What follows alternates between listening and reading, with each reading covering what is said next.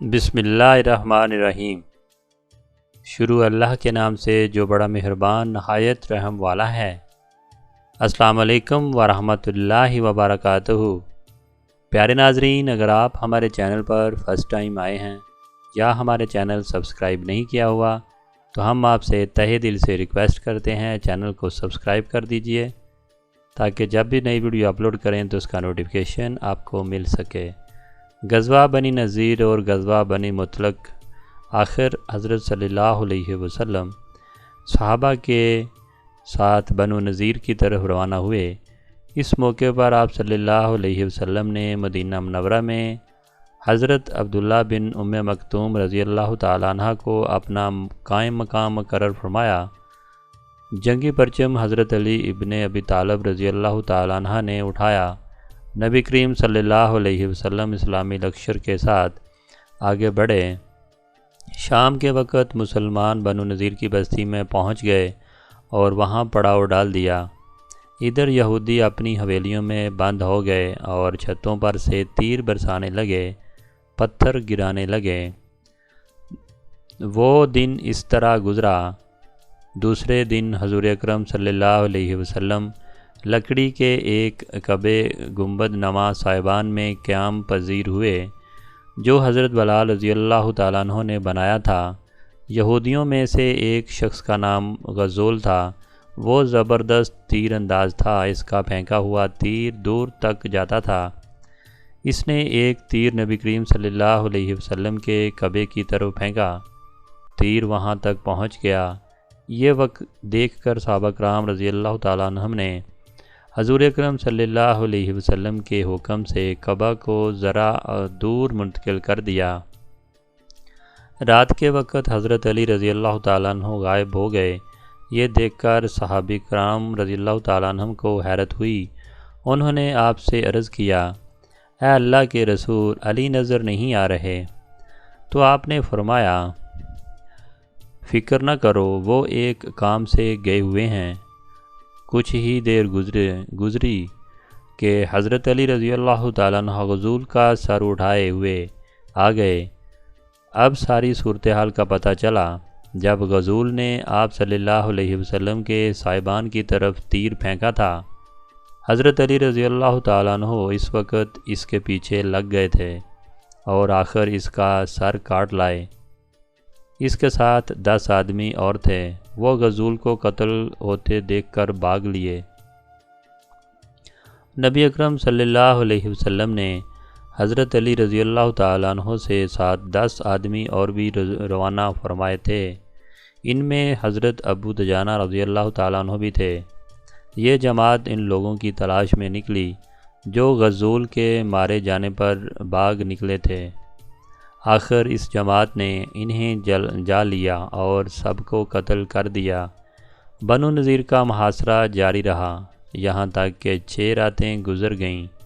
اس دوران منافق عبداللہ بن ابی برابر یہودیوں کو پیغامات بھیجتا رہا کہ تم اپنی حویلیوں میں ڈٹے رہو، ہم تمہاری مدد کو آ رہے ہیں، لیکن یہودیوں کو اس سے کوئی مدد نہیں پہنچی۔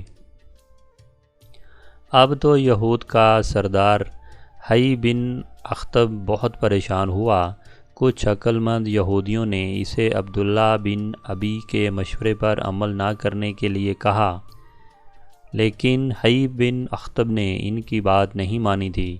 اب انہوں نے طعنے کے طور پر کہا، عبداللہ بن ابی کی وہ مدد کہاں گئی جس کا اس نے وعدہ کیا تھا اور جس کی تم آس لگائے بیٹھے تھے؟ وہ کوئی جواب نہ دے سکے۔ یہودی اب بہت پریشان ہو چکے تھے۔ ادھر نبی کریم صلی اللہ علیہ وسلم سختی سے ان کا محاصرہ کیے ہوئے تھے۔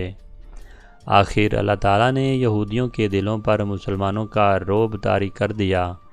انہوں نے نبی اکرم صلی اللہ علیہ وسلم سے درخواست کی کہ انہیں جہاں سے نکل جانے دیا جائے۔ وہ ہتھیار ساتھ نہیں لے جائیں گے، البتہ اپنا گھریلو سامان لے کر جائیں گے۔ نبی اکرم صلی اللہ علیہ وسلم نے ان کی یہ درخواست منظور کر لی، چنانچہ یہودیوں نے اپنے اونٹ پر اپنی عورتوں اور بچوں کو سوار کر لیا اور اپنا سامان اور اس پر لاد دیا۔ یہ کل 600 اونٹ تھے۔ ان اونٹوں پر بہت سا سونا، چاندی اور قیمتی سامان تھا۔ اس طرح بنی نذیر کے یہ یہودی جلا وطن ہو کر خیبر میں جا بسے۔ خیبر کے یہودیوں نے انہیں وہاں آباد ہونے میں مدد دی۔ کچھ لوگ شام کی طرف بھی چلے گئے۔ غزوہ بنو نذیر کے بعد غزوہ ذات الرقاع، غزوہ بدر ثانی اور غزوہ دومتہ الجندال پیش آئے۔ یہ چھوٹے چھوٹے غزوات تھے جو یکے بعد دیگرے پیش آئے۔ پھر غزوہ بنی مستلق پیش آیا۔ قبیلہ بنو مستلق کا سردار حارث بن ابی ضرار تھا۔ اس نے حضور اکرم صلی اللہ علیہ وسلم سے جنگ کے لیے ایک لشکر تیار کیا۔ اس لشکر میں اس کی قوم کے علاوہ دوسرے عرب بھی شامل تھے۔ اس اطلاع پر حضور اکرم صلی اللہ علیہ وسلم نے جنگ کی تیاری شروع کر دی۔ اسلامی لشکر 2 شعبان 5 ہجری کو روانہ ہوا۔ ادھر جب حارث بن ابی ضرار اور اس کے ساتھیوں کو مسلمانوں کی آمد کی خبر ملی تو بہت سے لوگ بدحواس ہو کر حارث کا ساتھ چھوڑ گئے اور ادھر ادھر بھاگ نکلے، یہاں تک کہ آپ صلی اللہ علیہ وسلم صحابہ کرام کے ساتھ اس قبیلے پر حملہ آور ہوئے۔ مسلمانوں نے ایک ساتھ مل کر مشرکوں پر حملہ کر دیا۔ یہ حملہ اتنا شدید تھا کہ ان میں سے 10 فوراً مارے گئے، باقی گرفتار ہو گئے۔ ان کی عورتوں اور بچوں کو بھی گرفتار کر لیا گیا۔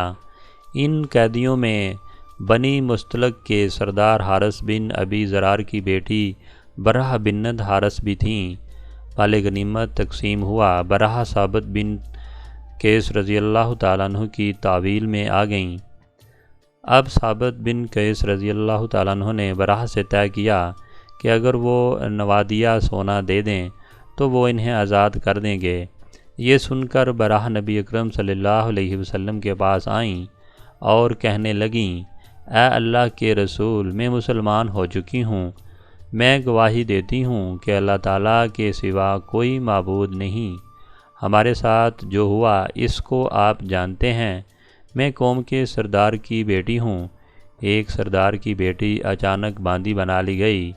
ثابت بن قیس نے آزاد ہونے کے لیے میرے ذمہ دار سونا مقرر کیا ہے جو میری طاقت سے کہیں زیادہ ہے۔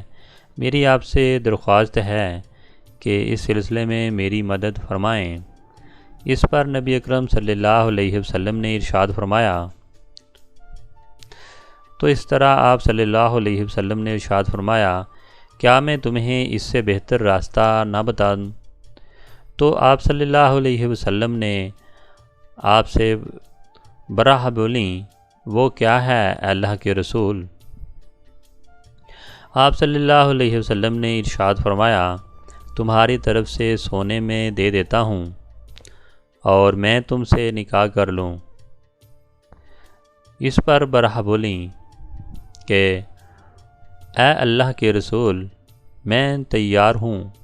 چنانچہ آپ نے حضرت ثابت بن قیس رضی اللہ تعالیٰ عنہ کو بلایا، برہ کو ان سے مانگا۔ وہ بولے، اے اللہ کے رسول، میرے ماں باپ آپ پر قربان، برہ آپ کی ہو گئی۔ آپ صلی اللہ علیہ وسلم نے انہیں اتنا سونا ادا کر دیا اور برہ سے شادی کر لی۔ اس وقت ان کی عمر 20 سال تھی۔ ان کا نام برہ سے جویریہ رکھا گیا۔ اس طرح وہ ام المومنین حضرت جویریہ رضی اللہ تعالیٰ عنہ ہو گئیں۔ حضرت عائشہ صدیقہ رضی اللہ تعالیٰ عنہ فرماتی ہیں کہ جویریہ رضی اللہ تعالیٰ عنہ نہایت خوبصورت خاتون تھیں۔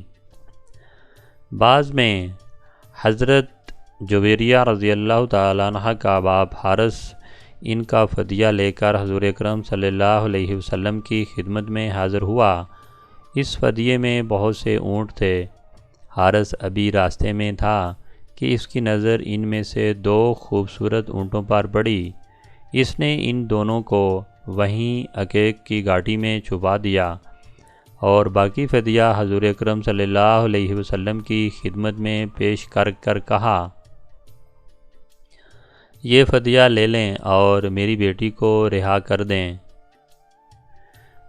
تو آپ صلی اللہ علیہ وسلم اس کی بات سن کر آپ صلی اللہ علیہ وسلم نے ارشاد فرمایا کہ اور وہ 2 اونٹ کیا ہوئے جنہیں تم عقیق کی گاڑی میں چھپا آئے ہو؟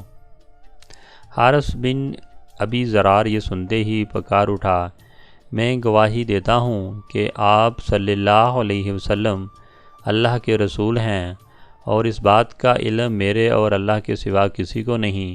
اس سے ثابت ہوا کہ آپ واقعی اللہ کے رسول ہیں۔ اس طرح وہ مسلمان ہو گئے۔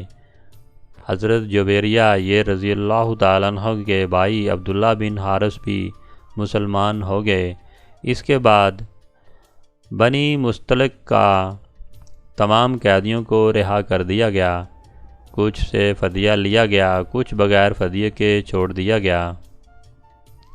حضرت جویریہ رضی اللہ تعالیٰ عنہ فرماتی ہیں، بنی مستلق پر رسول اللہ صلی اللہ علیہ وسلم کی چڑھائی سے 3 دن پہلے میں نے خواب دیکھا کہ مدینہ منورہ سے چاند طلوع ہوا اور چلتے چلتے میری گود میں آ رہا۔ پھر جب ہم قیدی بنا لیے گئے تو میں نے خواب دیکھا کہ پورا ہونے کی آرزو کی۔ جب آپ صلی اللہ علیہ وسلم نے مجھ سے نکاح فرما لیا تو مجھے اس خواب کی تعبیر معلوم ہوئی۔ اس غزوہ سے فارغ ہو کے جب آپ صلی اللہ علیہ وسلم واپس مدینہ منورہ کی طرف روانہ ہوئے تو ایک بہت دردناک واقعہ پیش آ گیا۔